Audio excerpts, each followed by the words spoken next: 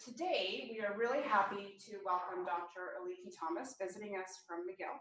She is an associate professor in the School of Physical and Occupational Therapy. And I think in trying to think of a catchphrase that might describe her beautiful mind popped up in my head because of all of the intersections of her expertise, her identity, and her perspectives coming from her expertise in in the clinical field of occupational therapy, her expertise in implementation science and knowledge translation, her deep interest in bringing evidence into clinical practice and into the field of health professions education. And she's going to hopefully educate us on how all of those can enhance and improve the kind of work that we do today on a daily basis. I'm not going to take away any more of your thunder. But I do want to lay out some of the logistics for the rest of the hour. So the rounds are intended to be conducted within 60 minutes, including a discussion at the end. So Dr. Thomas will lecture first, and then we'll have a discussion at the end.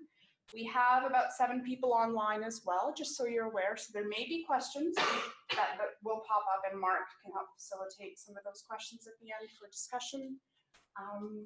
And at about the hour point, I will let everyone know that the time is up because it provides people a good escape when they need to leave and get elsewhere for other appointments. But of course, Dr. Thomas will still be here for further discussion after that point if the conversation is still going. Thank you. Thank you, Sandra. Those are such kind words.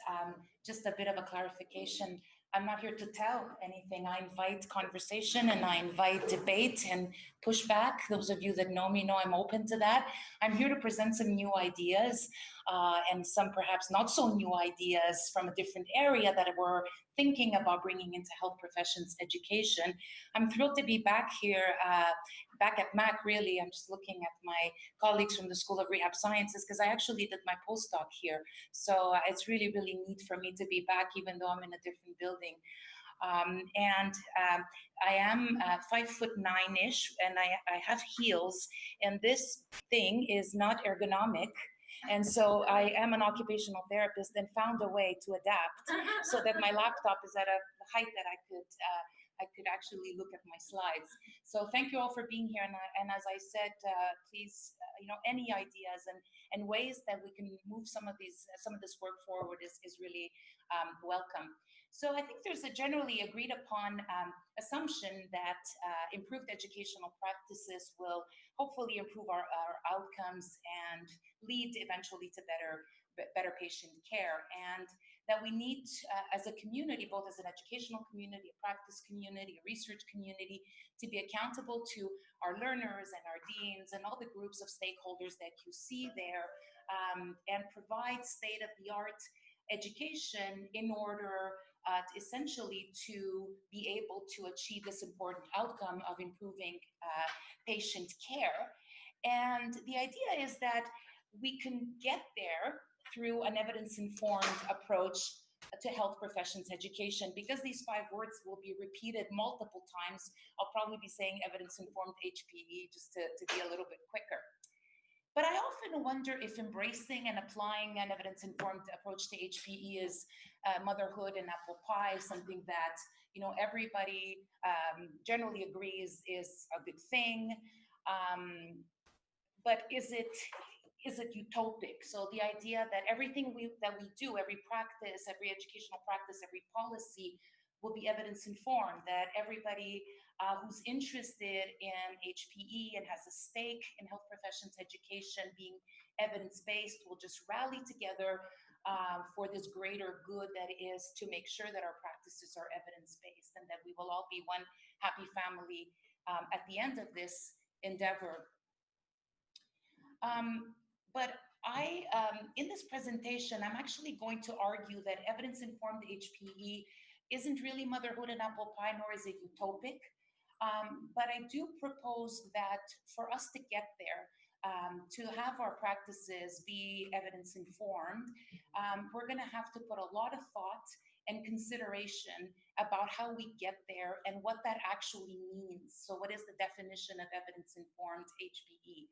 So here's the plan I'm proposing today, just to put us into context, give you a very brief historical account of where the evidence-informed HPE movement has come from, to tell you a little bit about what it means to map practices. So what does that mean and how do we do that? Highlight what some of us call determinants, or the factors that may influence educators and decision makers and deans and teachers' use of evidence in their practices. And then propose, this is the crux of the talk, is propose to you how perhaps knowledge translation and implementation science can be used as lenses through which to try to achieve this objective, to better understand, to study it, and to promote it. So we're going to go a little bit, we're going to go on a journey, a road trip of sorts. So, but before I begin, I'd like to offer you a definition I've used in my own work that's out of a paper we recently published, which carries, I understand, a series of assumptions, which I'm going to come back to throughout the presentation.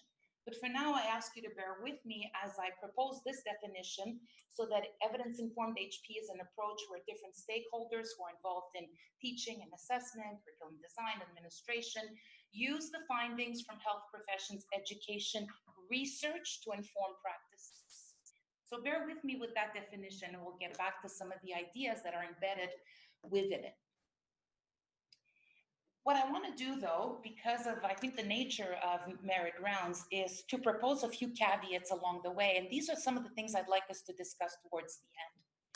And like most roads or journeys, there are bumps, at least in Montreal, many bumps. I don't know about your streets here, but we have lots of those. So I decided to stop just a few times along the way in the next 45 minutes to offer you a few of these. And here's the first one. So evidence in HPE means different things to different people. So the notion of evidence, how we conceptualize it, varies. And there's a need, and I believe that there's an appetite from our community to embrace these multiple conceptualizations. So this idea of what evidence is, how it's conceptualized, has an important influence in our conversations on evidence-informed HPE. So that's one of the things I want you to be keeping in mind as we go through the presentation. The second caveat is that HPE, health professions education, is not a solo enterprise. This is not something that's new. Moving evidence into educational practice is likely the business, not just of researchers, but of all the individuals that you see here. And that, yes, we will have to, I believe, at one point, figure out how to rally our forces like a crew on a road if our objective is really to ensure that our practices and policies are evidence-informed. It will have to be the responsibility of more than one particular group. So one of the questions that I pose to you today, is whether we're there. Now, what is there? So the fundamental question is, are our practices evidence-informed? That's a really big question, because educational practices can be from selection all the way to assessment throughout, and now we have competency-based medical education, so all the educational practices and policies. So are we there? So that major question also brings, or at least conjures for me, a few other questions. Where are we now? What are we doing now? Where may we want to go if our objective is to have practices and policies that are evidence-informed? What will that look like, that final destination? Where do we go from here, from where we are right now, and how do we get there? So those are some of the questions that will really, I hope, be weaved through most of what I'm talking to you about today. So let's begin with the first section, which is just a very brief overview of the evidence-informed health professions education movement. So HPE as a field dates back 60 years, so from the 1950s. So while the field itself is not new, conversations about evidence-informed HPE have been happening in the literature primarily in the last 20 years.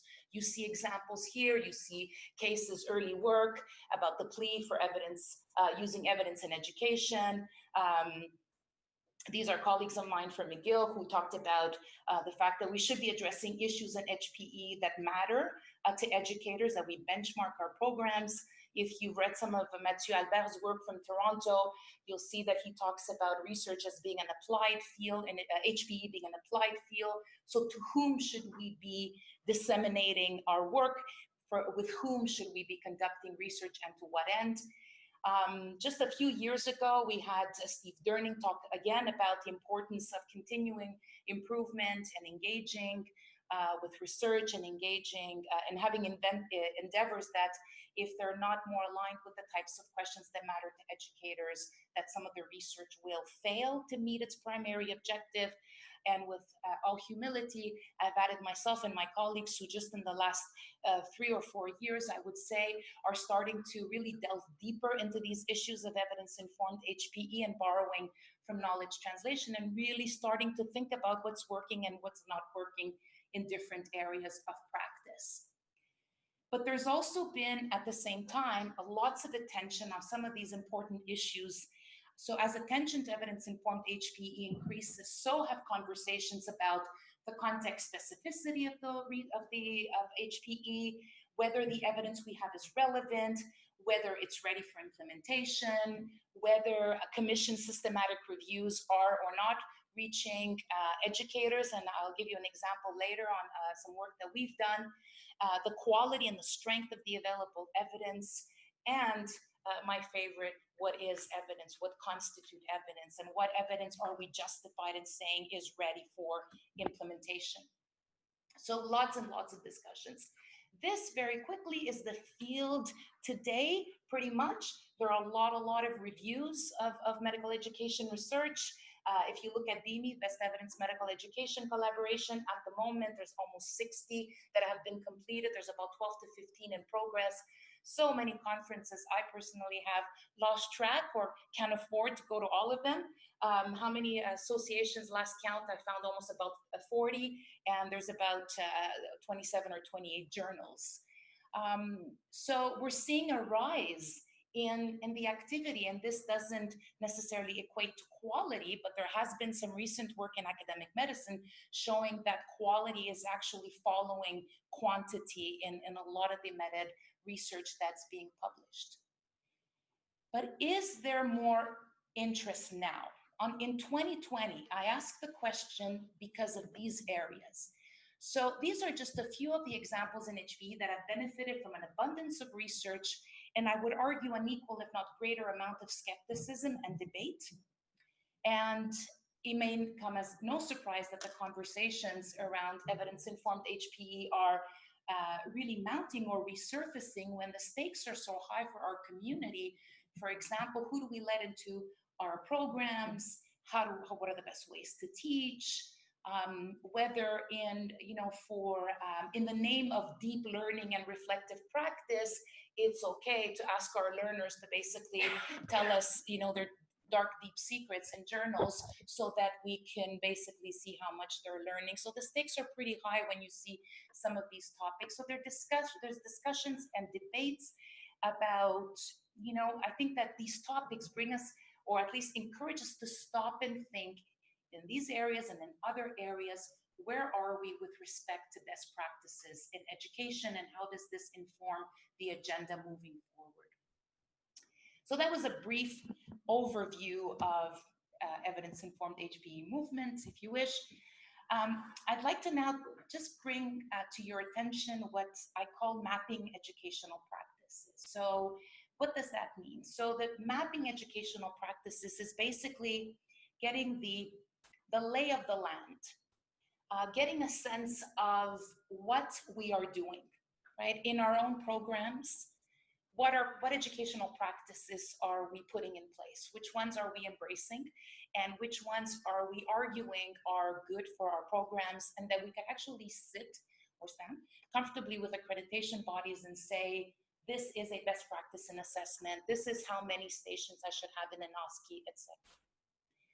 So when I talk about mapping in the next few minutes, some of the things that I think are really important to think about are these. The creation of knowledge. What knowledge are we creating and for what purpose? The role that knowledge syntheses have or can play in evidence-informed HPE, the necessity of characterizing what we do, measuring what we do, identifying, putting a name on the practices, and then being mindful of whether we do or don't have a gap or a problem that needs fixing, because that's how I go in and then tie back everything to knowledge translation as a potential lens. So when we think about the knowledge generation or knowledge creation in HPE, it sort of begs many questions in my mind. What should drive the research that we do? Who should be involved in HPE research? HPE research for what purpose? So you may ask, why are these questions important? Well, they're important because HPE is an applied field. And I think that we need to ask ourselves these questions and then answer them thoughtfully because it is an applied field. And that is the major crux of the argument that I'd like to put forth in the next couple of minutes. So I now bring in my third caveat. So for at least a millennium, the notion of knowledge for knowledge's sake has helped to justify scholarly activity and universities, the existence of universities themselves, right? But some have argued that this is no better than advocating for spinach for its own sake. And that's not my example. I'd love to take credit for that, but it didn't. And I've called on universities and the scholarly community to modernize the argument for its existence. There's a principle at,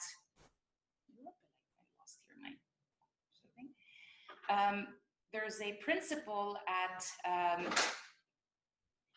a university in Scotland by the name of Ferdinand von Pronczewski. He doesn't find the idea very useful about modernizing arguments for the existence of knowledge for knowledge's sake. He suggests that it's a metaphysical approach to knowledge that accords importance without apparently knowing why. He believes strongly in the acquisition, discovery, and dissemination of knowledge, but not for its own sake, but because it empowers, civilizes, and innovates, and that's a quote.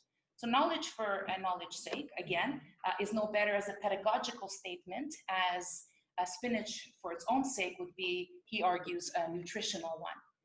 So his comments, as you might expect, come amid fierce and continuing debate from the academic community over the introduction of a requirement to demonstrate the impact of scholarly work. And in an article that was written by Sir Keith Thomas, I'm not sure if you're familiar with him, in the Times Higher Education, Sir Thomas argued that academics should be allowed to pursue knowledge and understanding for their own sake, regardless of its commercial value, for example. But the principal, in his rebuttal, writes that such ideas were persuasive only when education and knowledge were largely the property of the social elite who had no need to justify what they were doing, but that today's society needs something more, and there's plenty for researchers and the scientific community to give. So this brings me to one of my favorite papers, and I use it quite a bit because I find it fascinating, this pole or this continuum. So this is work from our colleagues at the University of Toronto. This is it's a seminal article by Mathieu Albert, Brian Hodges, and Glenn Regier that provides an insightful account of a possible continuum where we have production for producers at what end? So that production for producers is people like scholars and researchers who are basically conducting research for other researchers. And that by being in this pole, the idea is that you are not constrained by industry, you are not constrained by other external forces because you are producing that knowledge for your peers. At the other end of the continuum, though, we have knowledge by producers for users, where we can see potentially evidence-informed HPE fitting or sitting a little bit more comfortably there. I'm not here to argue whether we should be at what end of the pole or another end of the pole. what I'd like to argue is that in a conversation about evidence-informed HPE, we need to be mindful that these poles exist and to identify ourselves where we might sit on this continuum, and if we vacillate over time, and whether it's a good thing to vacillate over time. It is something that needs to be static. So back to my generating the knowledge and evidence. So in my definition at the very beginning, I talked about empirical research published in lots of high impact meta-journals. And so the question that also comes when I look at this research, I read it from my own areas, is to what extent are papers in these journals reporting on results and evidence that is ready for use? And is that what they should be doing? Should they be asking a question in their papers in an applied field such as ours, and in an era of push and drive for evidence-informed education? Should they? So the point here again is, what is the evidence and what does this evidence really look like, and how much of it do we actually have? So the second step along the road is syntheses. I won't say a lot about syntheses, and you might ask yourself, why am I talking about syntheses?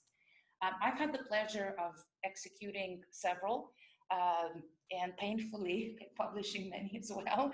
I said I would never do another scoping review or another review, and that was 13 reviews ago. I'm actually feeling very privileged because now I'm at a point where I'm writing some methods papers on syntheses for MedEd, and that's been really interesting, and that's pushed some of my thinking along with my colleagues. But I think you would agree that most reviews serve 4 major purposes: summarize the body of work, identify gaps in the literature, provide avenues for future research. But what we've done in our work is propose that if they're done well, they can be helpful tools for teachers on the ground. They can be. Again, it depends how conclusive they are about the evidence that they're reviewing. It depends what the content of their review is. But some reviews can be used to help educators or decision makers think about a particular practice or policy. I'm not suggesting that they're all very prescriptive. We have several systematic reviews, BME systematic reviews, that end with the conclusion there's no evidence, or the evidence is not good enough, which means it's not ready for use. So knowing that, I think we have a huge responsibility. And those that know me, and Teresa, I think you're one of those people, I'm a stickler when it comes to syntheses. And the reason why I say this is because I often hear from students in our program, well, you know, I'm going to start a synthesis on Friday and then I'll be done by Monday, and that's it. And then those of us who have either thousands and thousands of dollars to do these, or we have plenty of hours and 16 RAs to do them, you know, we know how painful they could be. And because I believe the stakes are high with syntheses. First of all, there's an ethical obligation when you're conducting research in the form of a synthesis that takes so much time. You're ethically bound in terms of what are you producing and what are you using it for. And if you can justify one of those 4 reasons, it's fine if it's not a knowledge tool, but it's still a form of research. Now, Jeff is not here. I know I'm being taped, but Jeff, and I quote, he's referred to syntheses as bean counting, with very few of them actually yielding anything of real use for educational decision making. I adore Jeff, and I hope he does hear this. I'm not sure that I agree that it's bean counting. We can have an awesome conversation about whether they're actually useful for educational decision making, but their importance is there. And I can tell you, for having done several reviews, including here, and this is a shameless plug, I know, but we've done work in clinical reasoning and professional identity and assessment, in spaced learning, and we actually did a meta review, an umbrella review of all BME reviews to look at whether they are ready. Yes, there are such things as reviews of reviews, and they're equally as painful and difficult. And one of the things that we've pushed, that our team has pushed, we've pushed ourselves and each other, is think about the applicability piece. Think about the translational piece, right? Is there, scoping reviews, for example, are not meant to provide recommendations. You're more likely to get some of that from a systematic review. But we always say, well, what does this mean for practice? Even if it is, what is the next question that we should be asking. So at least for my colleagues working in these areas, we're trying to move not just the execution of the reviews, but the potential usability of the reviews to help educators in ways that hopefully we can. So moving on to the third section, which is on characterizing and identifying practices. So essentially, what this means is, what are we currently doing in a particular area of practice? Whether that's selection, how are we letting people into our programs, what practices? Whether that is about longitudinal assessment, or whether that is about the use of OSCEs, et cetera. There are many areas. What are we currently doing in a particular area? And how close or far or how aligned are those practices with what we know from the evidence? And I recognize that we don't have evidence for everything, but in areas that we do, are we close? Are we aligned? Are we moving closer to those practices?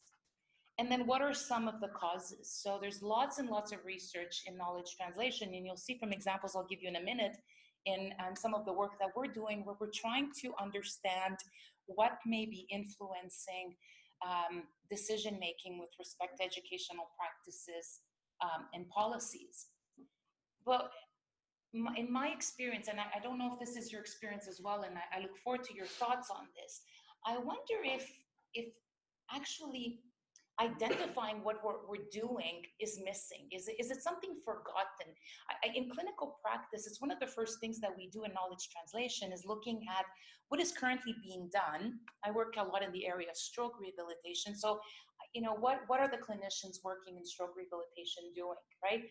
Before we know if there's a problem that needs fixing, we need to be able to see what are people actually doing. Right? You walk into an OT, a school, or to undergraduate medical education, what is being done in assessment? What is being done in admissions? Right? And do we have a major problem? Can we sit there and defend our decisions or not? So I wonder if this is an area that perhaps needs a little bit more work, is ascertain whether or not our practices are evidence-based. So the two examples that I wanted to give you, just to sort of show you how we're trying to move this line of research forward, is the first one is an AMY-funded study where we looked at the use of evidence in HPE clinicians and teachers and policymakers' attitudes, their practices, barriers, and support. And the second one is a Royal College-funded project I'm doing with Christina Saint-Onge from the University of Sherbrooke, where we're looking at developmental progress assessment and exploring the basis for best practices. So very quickly, just a bit of a synopsis. So we set out to basically survey, we surveyed about 300 members, AMY members, and we had we designed a survey, and this was work I did with Kees van der Bloemen and Larry Gruppen, and we had three sections, one looking at attitudes towards evidence-informed HPE, practices, the sorts of things we were looking into, self-reported, I use systematic reviews, I attend conferences. We were looking at elements that we've identified in previous research as being either predictors or closely associated with the use of evidence. Now, the parenthesis here is that these sort of ideas and in the way we developed our survey were drawn primarily from clinical research. There hadn't been a survey instrument that had posed these exact questions more for a context of HPE. So we took almost a year to develop it, and we had to do a lot of validity work around it.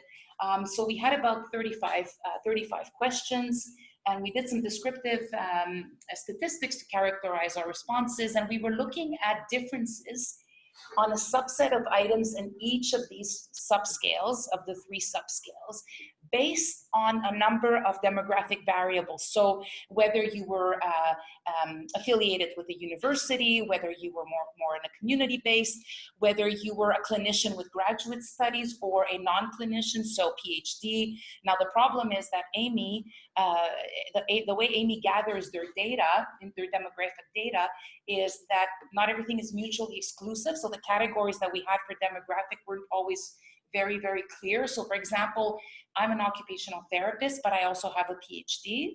So they're all demographic categories don't always pick that up. So we were asking some additional questions. So just very quickly, we had about a 10% response rate. I know that is not a fantastic response rate. You could see that about 2/3 were physician, pharmacist, or dentist, and yes, they were clumped together. And about 22% were not a clinician. So this was somebody that had a PhD, who was a scientist, maybe in psychology or in sociology, but was not at the basis a clinician.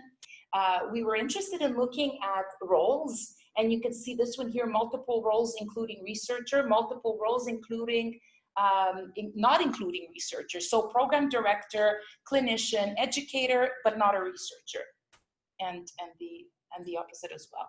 So more than 50 were university-based, and you could see here that about 40% were, sorry, you can't see it very well there, can you? But in terms of years of experience, we had less than 10 years, 10 to 20 and over 20, and they were divided almost approximately 30 or so percent each.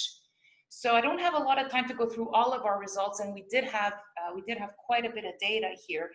But suffice it to say that, not surprisingly, the attitudes were fairly positive.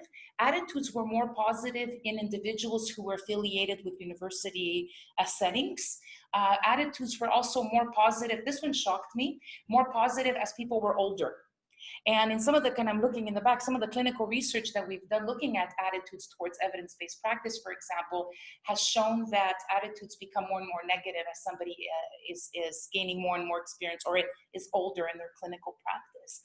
And that role within HPE. So, you know, program directors, people who did a lot of research were, of course, their attitudes were way more favorable towards evidence-informed HPE. Here, I didn't put the numbers, but more than 50% told us that they use the result of systematic reviews, that they search for evidence, and that they're involved in research projects. I'm going to mention a couple of important limitations of the work. The first one being, of course, the response rate. The second one that I think is important that I bring up right away is that this was exploratory research. The sample was very heterogeneous, as you can see. And in a lot of similar research that we do in clinical practice, we often talk about these, we ask these questions, but relative to a specific practice. So we could have the same survey, okay, but for an admissions best practice or an assessment best practice. So what you need to keep in mind here is that we were asking about attitudes and practices generally speaking. And though we provided a definition at the beginning, there was also close to 20 countries represented, and that might mean different things for different people. But again, as exploratory work, it gave us quite a bit of information upon which to draw. And I think what's really important here is that I was pleasantly surprised to see that attitudes are fairly favorable, but there are supports and barriers, and they're not very different than what we see in other areas in clinical practice. So competing priorities, the volume of the literature, and the availability of research in the work setting were some of the barriers. Competing priorities, here what we meant is that clinicians who are teachers are wrestling with the evidence-based practice component of their roles as clinicians, and then the evidence-based education. So what we're seeing was that asking people to be up to date in both these areas is difficult, so there's a competing priority there. So in the second project that I'll tell you very briefly about, Christina and I, the work we're doing is we're looking at mapping practices for key stakeholders that are involved in developmental progress assessment within the rollout of competency by design. So knowledge and attitudes towards DPA, supports and barriers. It's a qualitative study that was grounded in a constructivist paradigm, and we're actually using a well-known knowledge translation framework, the theoretical domains framework. I'm not sure if anybody's familiar with it. And we've conducted a number of interviews with deans, associate deans, fact dev leaders, chairs and program directors to look at what are their perceptions of what will stand in the way of the full rollout of DPA, and what are some of the supports and what can be leveraged to move this forward. So we're just about, if I'm not mistaken, Christina's going to present some of these results at CCME in Vancouver in a couple of months. So what we want to do is, once we get a better understanding of what might be a facilitating factor or a factor that might make it more difficult to implement DPA, is to then, in the next project, to develop interventions that we can roll out to help support the successful implementation of DPA. And last but not least, in this part is the minding gaps.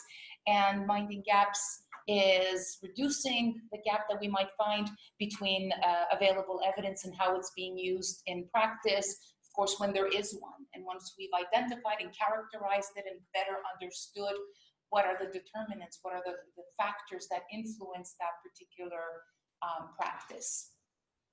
So my fourth caveat here is that evidence-informed HP is not the poor cousin of evidence-based medicine. Now, I completely acknowledge that I am the birthplace of evidence-based medicine.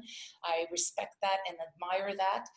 But my experience when I talk about evidence-based medicine in an HPE context is that people would rather have a root canal or suck on a lemon than talk about evidence-based medicine. So I've spent a lot of time in the last couple of years, and this year particularly on sabbatical, trying to figure out what are some of the really good parallel elements between these two, and what can we learn. So, you know, attempts to insinuate that they're the same thing or that we should learn so many lessons from evidence-based medicine, in my experience, has been received with ardent criticism, and polite but ardent criticism, at least in my home university, because of some of the unfortunate legacy of the evidence-based medicine movement. So I think we just need to be cognizant of that there's no attempt here to replicate the history of evidence-based medicine within evidence-based health professions education. But there is one thing that I will invoke, though, from those conversations, and it was Sackett that said this many years ago, and I know it's cliche, but evidence doesn't make decisions, people do. That I will take from evidence-based medicine, and I will bring it and transpose it to evidence-informed HP. I'm pretty comfortable doing that, because that's not going to be different in our context than it is in clinical practice. So I started with telling you a little bit about what I think we should do. Think about knowledge creation, ask ourselves some difficult questions, synthesize the available evidence. Again, think about how those syntheses can or cannot be used to inform decisions. Start thinking about, should we characterize what we're doing, and then move on to mapping to bridging gaps is what I want to do in this final piece. So I'm going to propose that these are lenses through which we can examine our current practice, find gaps, and try to reduce them if they are there. So just for the next couple of minutes, a little bit of terminology, so forgive the pun, but there are multiple terms that are being used in the field. Unfortunately, they're used interchangeably. And I'm not here as a dictionary. I'm sure that you can Google all these words and you will see. But the concern or the caution that I would like to put forward is that when we use diffusion in the same sentence or to mean the same thing as dissemination or knowledge translation, I think we're not going to understand each other. And as we're trying to build collaborations and new partnerships in evidence-informed HPE, I would just caution us about understanding that there are differences in these terms. And if we're just starting to bring in these areas into HPE, that one of the first and important things is to really be clear on the definitions. And we have a couple of papers in academic medicine as last pages that really bring this out if you're interested. But I only chose a couple. I chose diffusion because it is a passive process. We were talking about it this morning with Yusuf. We were talking about diffusion and we were talking about what that really means. It's a passive process. I'm just giving you some examples. What I'm doing today is a passive process. We do this all the time, conferences, publications. So this is all about letting it happen.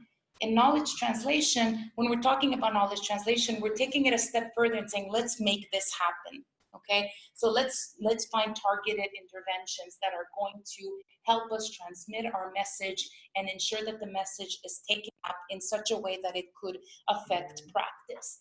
Those are just some examples. There are way more examples than I've indicated on the slide. But essentially, in summary, these are some of the major questions that we ask in knowledge translation. What is the practice we're trying to change?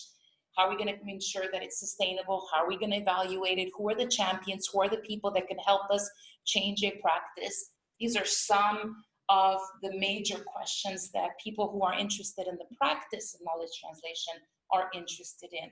And you can finish these sentences with whatever practice, admissions, assessment, etc. So I add then a fourth piece. So we identified our practices, we ascertain a gap, we try to understand the causes.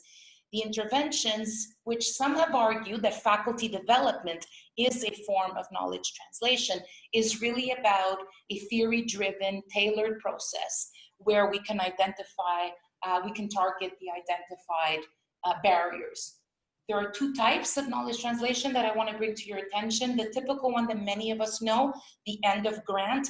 We finish a project, we have our results, and now let's try to move it into practice. We write research reports, we summarize our findings, we can create tools such as guidelines. That's an end of grant. The one that I think might have more potential than HP, and I pose this question to you, is the integrated KT approach, which is basically a process whereby all stakeholders with a stake in a particular practice come together at the onset very early in a process to even discuss the research question. The idea behind integrated KT approaches is that they generate knowledge that's more relevant to users and that is more likely to be used in actual practice. So there's a whole science, the CIHR, if you just go on the website, you'll see a lot on integrated knowledge translation. But the major assumptions behind it is that researchers and end users or policymakers, we just don't speak the same language, right? We don't have the same reward systems, right? My currency is different than the currency of a clinician, right? What is my currency? Publications, grants, right? The currency for a clinician is not the same thing. We don't always go with the same values. What's important for a clinician or a policymaker may not be the same as a researcher. And if you've done recruitment with clinicians or with students, boy, oh boy, do we not have the same timeline. So when I need a letter because a grant is due, well, that's just, clinicians and I are not operating on the same timelines. And so the idea with integrated approaches is that it's an intentional approach. It engages the different stakeholders from the beginning. And it is about a diversity of people. I was talking about it with Meredith this afternoon, right? Who are the people that you are most likely to want at the table to change a practice, right? To finish a grant, to finish a project, and to say, here are the results now, let's move them into practice. You might get a little bit of pushback because you weren't consulted, and maybe some stakeholder will say, that was never a question that was important to us. So this is what it looks like. And the question I pose to you is, are we doing this? Could it work? Are we already doing it and just not calling it like this? Are our practices at the moment integrated? Is there room for this approach? It's certainly growing exponentially in biomedical research and clinical research. And last but not least, whether you're a clinician or you're an educator, you know that changing behavior is very difficult. And so the last term that I want to bring up today is implementation science. And implementation science is the scientific study of knowledge translation. It's all about the theories, the models and frameworks, and the methods that allow us to address every one of those four boxes. So implementation science, in a nutshell, is this. What theories? Examples: social cognitive theory, social capital theory, theory of diffusion. What models? A process model that takes you around the steps of knowledge translation, like the famous Ian Graham knowledge to action framework. What determinant frameworks? These frameworks look at the factors that are known, drawn from multiple different theories to influence behavior. And what methods are most likely to get you the information that you need in a robust way. So those of us who are interested in this aspect, that's what we're doing, is using some of these, and that's what we're doing in the one project that I showed you. And interestingly enough, we're bumping up against some things that are working well and not working so well. So I think that there's an opportunity for those of us who are doing KT and HPE to maybe make some methodological contributions. So how can these areas help us? How can they work as lenses? Well, they can target the what, the how, and the why of HPE practices and policies, and they give us access to lots of behavioral theories, sociological theories, psychological theories, and determinant frameworks, evaluation frameworks, implementation theories, and very robust methods to be able to tackle each and every one of the 4 pillars that I showed you. So my final caveat is that though KT and IS may be helpful tools or lenses through which to unlock the potential of evidence-informed HPE, they are still at their infancy. So my suggestion is to proceed with caution, is to use them to think about how are we using them, not a copy-paste transposition from clinical. I'm certainly held accountable for that. I've heard it from reviewers and grants. So we're seeing it that we're trying to do this, and it's working in some instances and less in others. And finally, I think that everybody would agree that we need to be accountable about the relevance and the use of the research that we generate in an applied field. I think that we also need to think about the direction of our research on that continuum, on those 2 poles. Ask ourselves some good questions. We need to be cognizant of evolving research agendas, and I didn't go anywhere near CBME today. In all honesty, I'm not a CBME expert. I'm just invoking some of the really tough conversations back and forth in the literature from our colleagues. And it's high stakes decisions, right? From who are we letting into our programs to this rollout of CBME, and I'm not taking sides, and how about the rising attention to issues of social accountability? What does that all mean for evidence-informed HPE? I'm going to suggest that we're going to have to use systematic approaches that are theory-driven, like some of the ones I presented today, in our operationalization of evidence-informed HPE. We're going to need to be mindful and to consider how collaborations with different stakeholders, when and for what purpose, can happen in order to help us move this agenda forward. And no surprise, of course, I mean, this is the perfect way to finish a talk, is there's going to have to be a lot more research. I'd like to see more funding. I think it's starting, I'd like to see more funding for KT and IS in MedEd.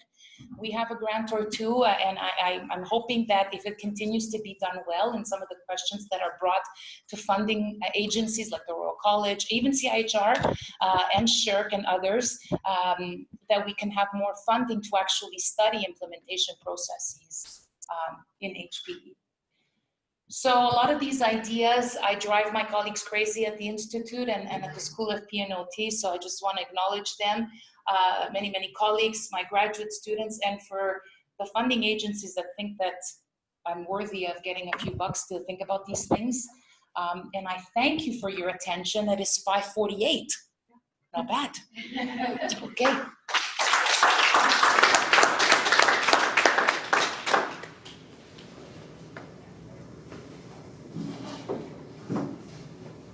I'll jump in. Aliki, do you mind? Oh, sure. Sorry, I can't see you, so I'm just. I will now. I need this, right? I'm only standing so I can see you. And I'll sit down. Thank you for a very complex synthesis of a very complex topic, and for challenging us to think about what I'm going to react to is a challenge to me to think about what the word evidence means. And I realized that for me, there is a very emotional reaction to that word, actually. It's part of a lot of conversations I have with clinician educators, other scientists, scholars, trainees.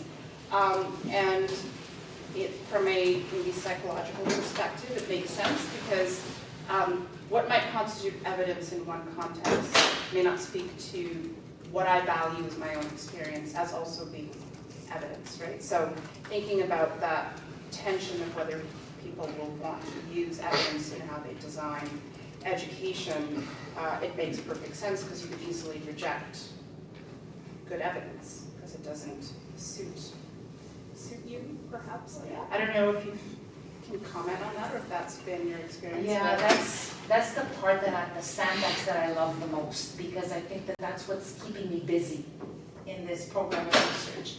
It's these multiple conceptualizations of evidence, it's the degree to which they influence the decision making, it's how patient-generated evidence, and again, I'm an occupational therapist, so I sit within a paradigm of the client's story, the patient, the client story and narrative and lived experience is at the core of my decision making as an occupational therapist. At least that's what we embrace and teach our learners. But where I find it most difficult, perhaps, is with clinicians, right? Because there is such a fear that by embracing some of the more scientific, sort of traditional research, that their intuition, their acumen, their experience that's been built on years and years, right? You and I were talking about cognitive biases earlier, and fascinating work that you're doing, and that has never been dismissed or disregarded in in my own thinking. And the complexity is that when you're studying something like evidence-based practices, evidence-based medicine, KT, you have to start with this conceptualization of evidence being results from clinical trials or systematic reviews, because that's what the biomedical field has brought out, right? But even in medicine, it's being contested. This is not just in health professions education. We see this even look at the shared decision-making, shared decision-making literature, right? We're seeing this more and more. So Sandra, it's a great question. I wrestle with it all the time. I think these multiple conceptualizations doesn't muddy the water, it just makes it a much more rich and fertile area to study. As long as you position yourself in terms of what does that E mean, right? That's just my own perspective on it. Yeah. Yes. I'd like to add something if I could, because Sure. As a fairly young researcher in the field of medical education, I was classically trained in translational research, so we were very much embedded in the idea that the end user is different from the target audience. So we have, our target audience is the clinicians for whom we create educational materials, for whom we educate with CME, CPD, what have you. And the actual end users of that knowledge and of that evidence are patients. And how one definition of evidence, how do we feed the true learning needs of clinicians, is somewhat untapped. Looking at population health data, looking at patient outcomes, more than just what clinicians perceive that they need to learn. And this is something that I've been doing a lot of personal research on, and we might have something along the lines of scoping review about me extremely sweaty in the works. So just a little, I wrote down your email, I might be touching base when that comes out, because I find it really good to know that there's so much of this thought going on, and I might be naive, I know I'm fairly young, but No, I don't think you're naive. I think you're asking some phenomenal questions that a lot of us with many years of experience are wrestling with. And I think Sandra's is a very good one. Yours is a very good one. For each of these areas, there's a myriad of questions. Characterizing a practice, what does that even mean, right? Where do you start? Who should be involved in that? Are we doing that already with our accreditation practices and documents? And then if you embrace the idea that evidence means different things, what are you looking for then in practices? Are you only going to look at those that are coming out of systematic reviews? And what if you don't have systematic reviews? What's acceptable? In educational programs, what is acceptable when there isn't a best practice, right? We're held accountable to our accreditation bodies, right? And so I think your questions are phenomenal, and I in no way today am trying to be prescriptive. I think we have a lot more questions to ask. To my knowledge, this conversation has only been 20 years old. with efforts being done more recently, and I'm fairly up to date with that research. There's our group and a few others, and Betty Oniura from U of T, who also did a study like mine with the AMI members, but she did a qual study of 15 or 20 physicians and found very similar things. And at the end, in her conclusion, she says we need a large-scale study. And then we did the large-scale study, but of course we have some limitations as well. It's exploratory. Yeah. But these are excellent questions. There aren't answers for anything that's new, and where you're thinking of transposing something from a different field is gonna take time and thought. Oh yeah, Yeah. that's, the more you realize, the more complexity there is. Of course. So. Yeah. Yes. Just as a general curiosity, because as you're suggesting, this is a younger field, and what it sounds like is happening quite a bit is exploratory work, so you're trying to identify things. You note the possible lessons from evidence-based medicine. Is there anywhere that currently in the young stage that you've identified something that could be exemplary, or some area or location where people are doing knowledge translation well? And having the evidence, as you say, the question of evidence, is there anywhere that you've noted or identified where it's going well? In medical education? Yes, or even anywhere else that could be an exemplar. Oh goodness, oh yeah, KT research in the clinical area is very, very robust in many areas, in cancer care, in family practice, smoking cessation, in a lot of places. Shared decision-making parallel, lots of doing there. I would argue, myself included, and with humility again, that in stroke rehabilitation, it's huge. I'm looking also at my colleague. I mean, in rehab, we're doing a lot more KT, but medicine, absolutely, nursing as well, is so much more advanced than clinical practice. My last few slides, if I was I would never present like my last few slides in a clinical, probably KT conference, because the field is so advanced. Okay. Now it's about randomized clinical trials of interventions to reduce gaps. Like now there's very few studies in clinical medicine that are saying, that are looking at, well, what causes the gap. We have pretty much identified and ascertained what are the major reasons for a low uptake of evidence in many areas in clinical practice. Time, low self-efficacy, organizational pressures. Like we have a lot of evidence in a lot of areas. What we don't have a lot of evidence on is what interventions are working, and sustainability is the new one. How do we sustain practice change after? But in med ed, very new. Yeah, very new. Yes. I'm curious if you have a sense of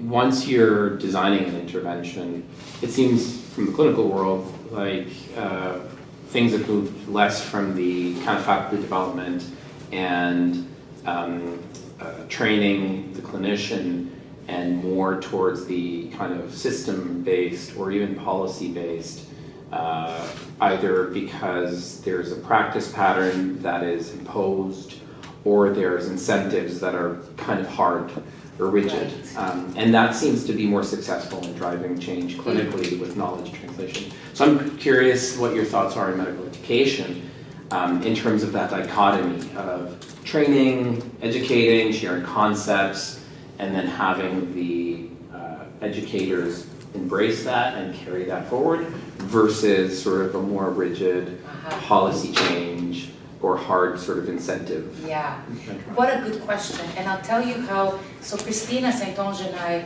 are very good friends, but we butt heads all the time. So she's an assessment expert, and so in the study we showed you, where we're just now finishing up with the analyses, she kept saying to me, we need to look, Aliki, how are we going to figure this out? How are we going to look at whether this, it's going to be, what are going to be the supports and barriers, So I'm sitting with her and we're thinking through the focus group questions and the interview questions, all based upon the TDF. And the TDF has 14 domains that encompass the majority of the factors or the determinants that influence behavior change. So the first thing I keep asking her is, tell me more about DPA, tell me more about DPA. So when you can't ask the question like that, you have to ask it like that. She says, stop it. It's mandated, it's mandatory. So that's when I understood that the questions had to be different. because it's not, why are you or not using a way of assessment, is now that you must use it, that it is a decision, top down, I'm presuming, my apologies if it's not quite right, it was difficult to ask some of the questions because some of the questions elicit the motivation for the behavior change. Well, there ain't no motivation when something is being imposed on you, right? And so in some of the other clinical research that we're doing using this framework, that's never a problem, because when we're looking at why doesn't an occupational therapist screen for depression post-stroke or not, it's a stroke best practice guideline. It's out there, it's national, it's Canadian, that we should be screening for depression post-stroke. But it ain't mandated. I'm not gonna go in a rehab hospital, look at the 20 OTs and slap them on the head and say you didn't do it. So the motivation there applies, from the motivation domain from the TDF applies where it doesn't for DPA. That's what's starting to happen as we're doing this. Because it's very different. That's what I'm learning from immersing myself more into med ed, is that when things are mandated or made obligatory, behavior is very different, right? There's perhaps no motivation. What it is now, it's confidence and beliefs about consequences. That's another domain in the TDF. What we're asking all these stakeholders is, and that's where you see whether they believe in it or not, DPA. They'll tell you, not gonna change anything. It's like telling a clinician, well, yeah, even if I screen for depression, I don't believe in the consequences being positive, right? I could stop smoking. I know there's lots of evidence saying you shouldn't smoke. But when somebody doesn't believe in the positive consequences of stopping to smoke, then you're understanding why that behavior is or isn't a certain way.